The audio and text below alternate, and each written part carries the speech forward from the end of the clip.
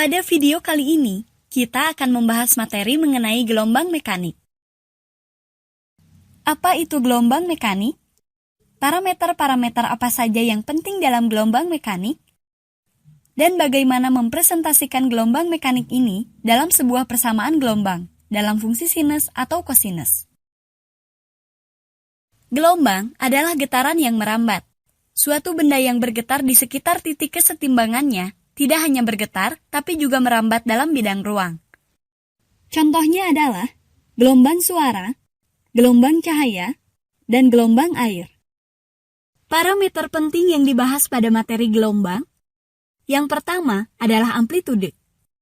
Amplitude adalah simpangan maksimum dari titik kesetimbangan. Kemudian ada periode, yaitu waktu yang diperlukan untuk satu gelombang penuh dalam satuan sekon. Kemudian ada frekuensi. Frekuensi adalah jumlah gelombang tiap detik. Artinya, dalam waktu 1 detik, ada berapa jumlah gelombang yang terjadi. Kemudian ada frekuensi sudut, atau omega.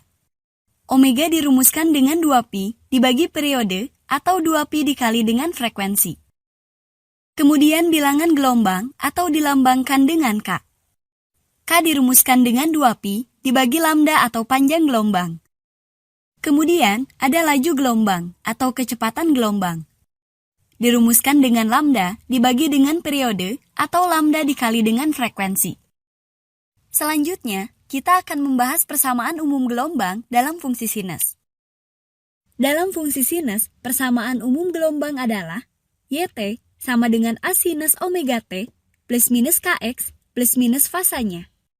Parameter A adalah amplitude. Omega adalah kecepatan atau frekuensi sudut. K adalah bilangan gelombang, kemudian fasa ini adalah perbedaan sudut fasanya.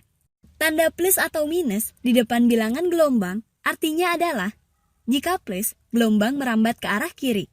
Jika minus, gelombang merambat ke arah kanan. Sedangkan tanda plus minus di bagian fasa, jika plus, sudut bergeser ke arah kiri. Jika minus, sudut bergeser ke arah kanan. Sebagai contoh, kita mempunyai gelombang berwarna biru muda yang mempunyai amplitude A dan merambat ke arah kanan. Ketika T sama dengan 0 dan simpangan gelombang tersebut adalah 0, gelombang biru muda ini dapat direpresentasikan dengan fungsi umum gelombang menggunakan fungsi sinus. Sehingga fungsi gelombang biru muda ini adalah Y1T sama dengan A sinus omega T minus KX.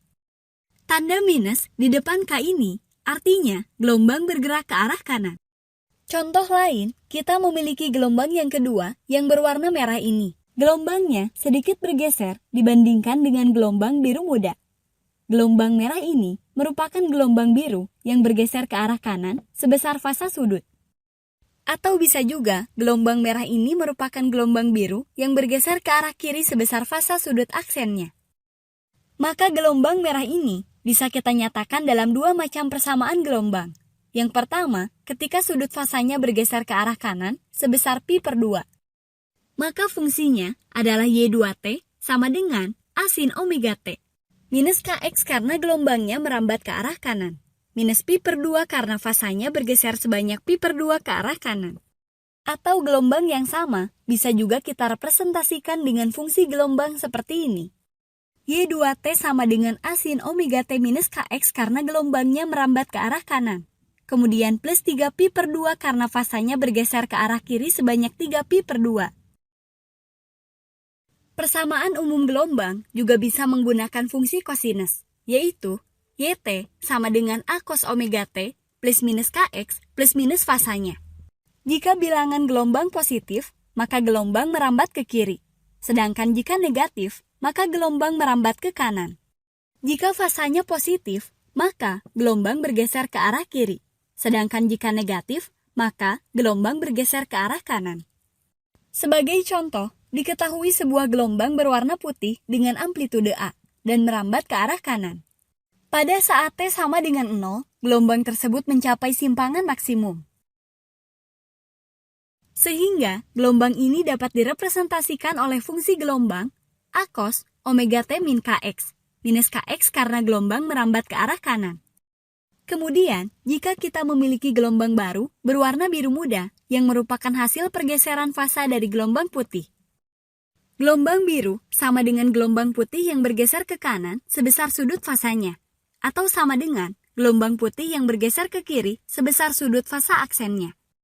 Maka itu bisa direpresentasikan kedua buah persamaan berikut ini.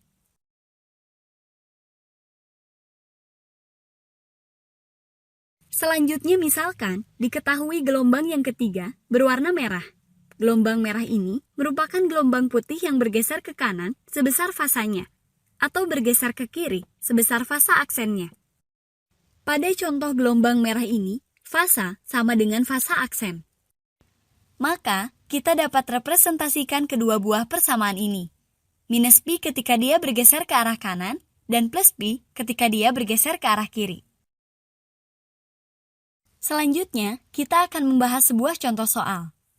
Sebuah gelombang memiliki panjang gelombang 2 meter dengan amplitudo 0,1 meter, menjalar dengan laju 1 meter per second ke kanan. Awalnya, ujung kiri gelombang berada di pusat koordinat. Maka, tentukanlah A. Frekuensi dan frekuensi sudutnya, B. Bilangan gelombangnya, dan C. Persamaan gelombangnya. Untuk pertanyaan A, telah kita ketahui bahwa frekuensi adalah laju dibagi panjang gelombang, yaitu F sama dengan V per lambda. Maka 1 meter per second dibagi 2 meter adalah 0,5 Hz. Kemudian, kita dapat mencari frekuensi sudutnya dengan menggunakan rumus 2πf. Tinggal kita substitusikan saja. 2pi dikali 0,5 adalah pi radian per second. Lalu pertanyaan B, untuk bilangan gelombangnya, kita dapat mencarinya menggunakan rumus 2pi per lambda. Kita substitusikan, 2pi dibagi 2, maka didapatkan pi radian per meter. Kemudian sebagaimana disebutkan dalam soal, awalnya ujung kiri gelombang berada di pusat koordinat. Maka, kita akan mendapatkan grafik seperti ini.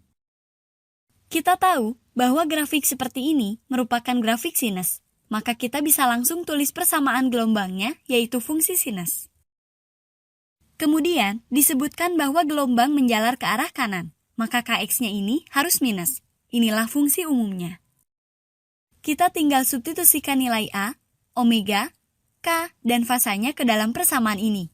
Kita tahu bahwa A-nya adalah amplitudo sebesar 0,1. Kemudian omeganya, yaitu sebesar pi. Lalu K-nya sebesar pi. Dan fasanya, karena ini merupakan fungsi sinus yang normal, maka tidak ada pergeseran fasa di sini. Sehingga fasanya adalah 0. Sekian video pembahasan materi mengenai